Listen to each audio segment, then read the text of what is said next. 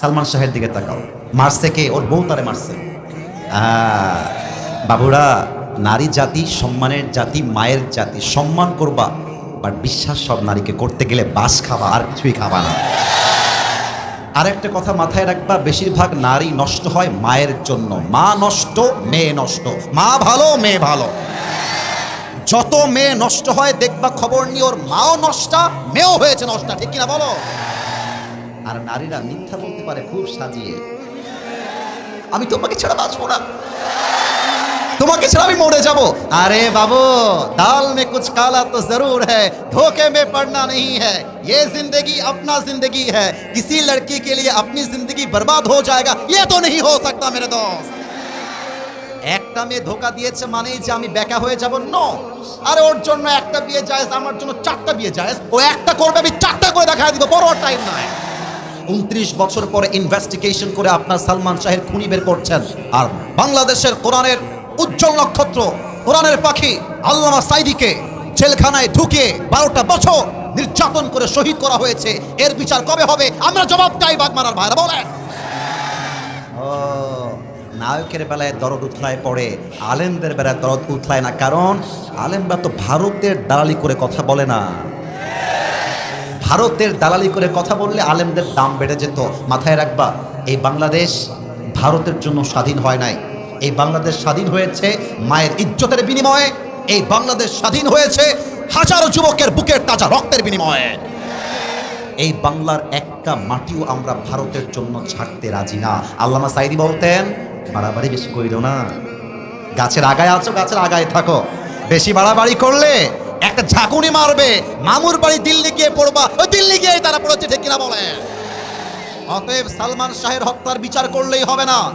আমার এই বাংলার মাটিতে যত আলেমকে গুম করা হয়েছে, যত আলেমকে নির্বিচারে হত্যা করা হয়েছে, প্রত্যেকটা হত্যাকারীকে বাইতুল মুকাররমের সামনে দাঁড়িয়ে ফাঁসির কাস্টে ঝুলিয়ে হত্যার রায় পাশ করতে হবে। হাত তুলে বলো সবাই, ঠিক কিনা?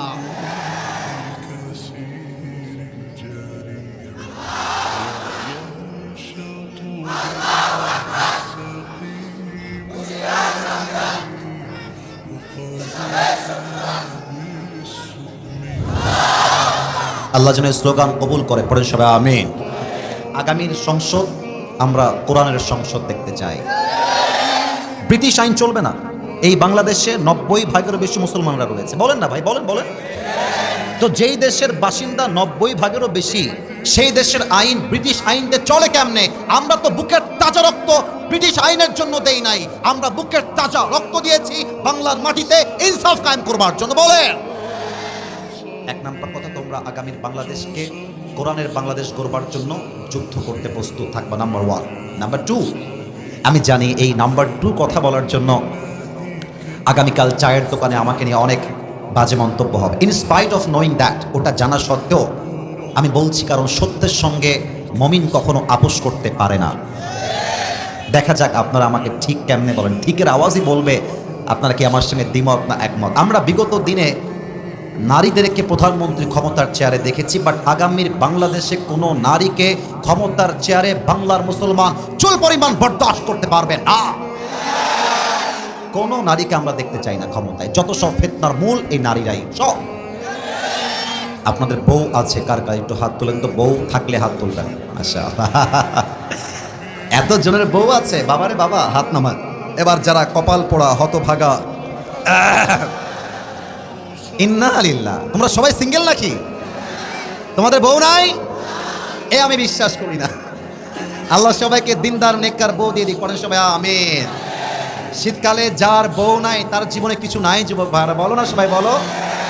এবারের সংগ্রাম বিয়ের সংগ্রাম, এবারের সংগ্রাম চরিত্র রক্ষার সংগ্রাম, এবারের সংগ্রাম ব্রেকআপ করার সংগ্রাম, এবারের সংগ্রাম হারামকে ছেড়ে হালাল ধরবার সংগ্রাম।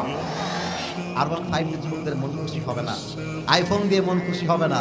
মন খুশি করতে চাইলে প্রত্যেকটা যুবকের ঘরে বউ লাগবে, আর কিছুই লাগবে না।